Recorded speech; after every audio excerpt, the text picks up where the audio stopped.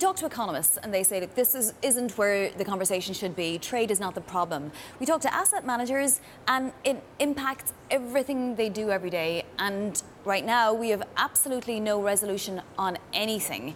So when you wake up in the morning, are you concerned about these trade negotiations? You know, I am, and I think more importantly, our clients are very concerned about where we are on trade. I just got back from 10 days in Europe, both on the continent and in the UK. I met with a lot of the leading CIOs there, and there were, I think, 3 major takeaways from the trip for me.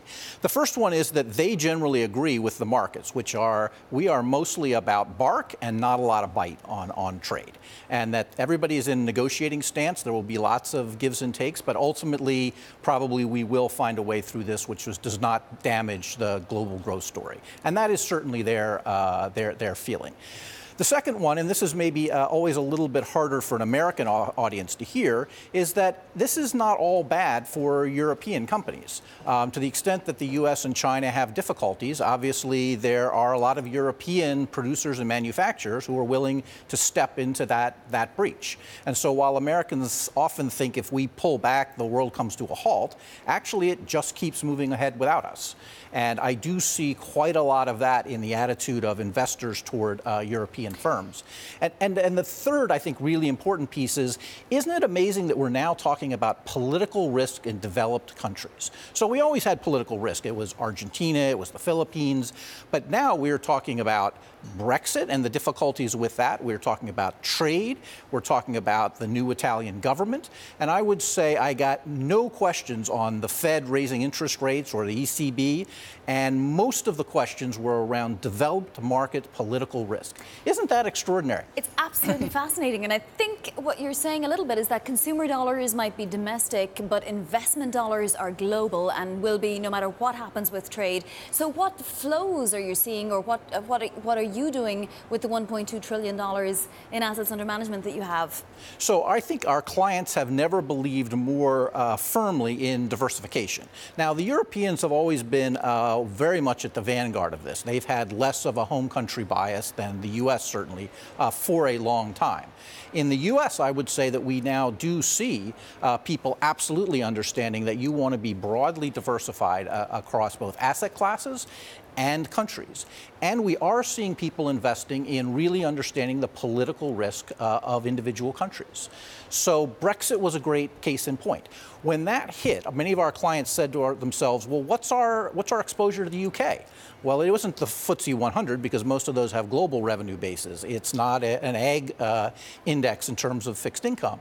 And so they really had to dig to figure out what their real exposure was to the UK. And we're working with a number of our clients now to really unpick, as we're doing factor analysis, to unpick what is the real exposure across a complete portfolio to individual countries. And it's not an easy task. No, and it's interesting because we speak on this program quite regularly to PGIM strategists and heads of various units. You obviously are the head of the whole thing. So I'm curious as to where you, on your travels to Europe, to Hong Kong, to other parts of Asia, see the nascent opportunities, the real estate in Europe of a year ago, perhaps. So I think the most interesting thing is that we are moving from a world which for a long time invested in, I would say, a multi-regional way. So it used to be that a global bond fund meant that you gave a third of it to your European guy, a third to the US, and a third to Asia, and voila, you had a global bond fund. That is not what the world wants today. They actually want an investment process that looks all the way around the world at all of the fixed income opportunities and picks the best relative value. That's the same in real estate. I rarely get a question now of where are you investing in the U.S. or in Paris. I get questions about global relative value. And so where we're seeing money is it's moving to both managers and it's moving to strategies who are able to operate on a global scale and run a process and a risk process that operates right around the world. And I think that's a big change, and it's quite exciting. Mm. Fascinating that you referenced such a global perspective, David. And I wanted also to get your sense on maybe a fundamental view on particular industry groups as well? Because you've said before how much you're looking at India and China, but on the urbanization trend, on the fact that you're looking at internet stocks there, I'm looking at how much tech continues to outperform as an industry group at large, particularly in the US, but I'm seeing it here in Europe as well. Do you see particular industry groups outperforming, or are you still on global trends and where to put the money? So I think that's a really great point. And there's no question that we would say that the role of country in how investment portfolios are put together is less important than it has been in the past. And that we are looking, let's just take emerging markets as an example. They are a grouping of countries that doesn't really make any sense anymore. You're much better off looking at, what are the tech companies that you like across Asia? What are the healthcare companies that you like across Asia?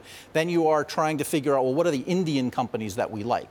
And so our investment processes are more and more operating across regions and looking along, important growth industries. And they do play into long-term megatrends such as urbanization, which you described. But that, again, is a big shift from one which historically has been a kind of country bottom-up approach. There's also been a shift into passive management, not just active management. And you've in the past said, look, this is healthy competition for the likes of yourselves. Do you still agree with that? I do very much. I think that, cheap beta has a very important role to play in most large institutional investors' portfolio and individuals. And we believe that we are the providers of much higher real active share management, and we think that that actually works very well with passive strategies.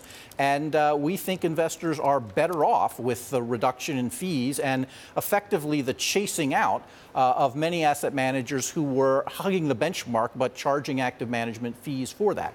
And so I think individual investors and institutions have benefited from the move into passive, and we think it will continue, maybe not at the same trajectory, but will continue into the future. Let's talk about alternatives for a second. Sure. Global alternatives, as you say, it's not just domestic or European or even in continents anymore. It's a global theme.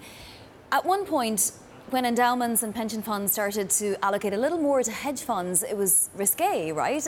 Now hedge funds are they're being swept under the carpet a little bit because things like strategies like long short haven't been performing all that well. They haven't been useful in this environment. But alternatives have just been growing and growing and getting stronger and stronger in terms of an investment thesis.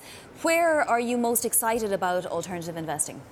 So we actually had a very close look at alternatives and the role that they play in a portfolio for the last 30 years.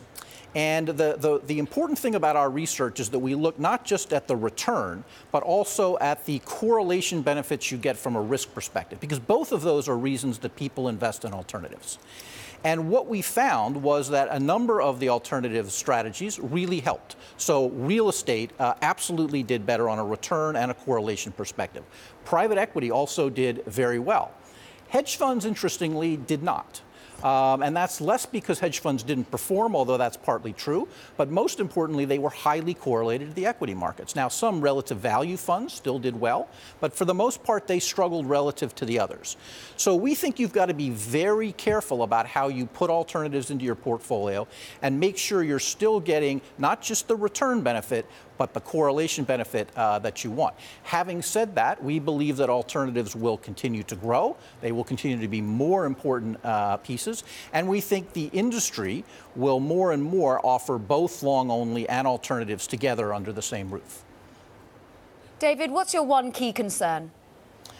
Right now, my most key concern is clearly how to invest wisely in a market that is very pricey no matter where you look. And that is true around the world. It's true in emerging markets. It's true in Europe. It's true in the US.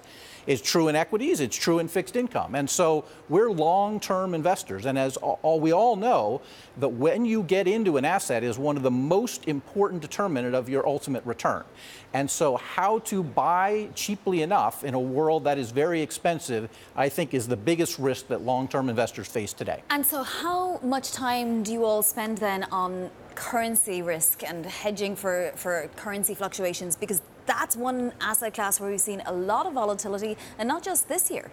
No, I'm really glad you brought that up because it is very important and it's actually driving long-term flows. So for the last several years, we've seen a lot of flows from Japan, from Europe, back into the U.S. Almost all of that money was swapped back into their local currency. And you were able to do that at a relatively inexpensive price. In the last 12 months, the price of hedging things back has gone up dramatically. And we're now seeing many of our clients saying, we just can't come into investment-grade corporates in the U.S. and swap it back and have that a reasonable trade. We need to move out. We need to move out the risk spectrum and look for more yield if we're going to swap it back. So the swap costs have a fundamental effect on the global flows of capital as we see it.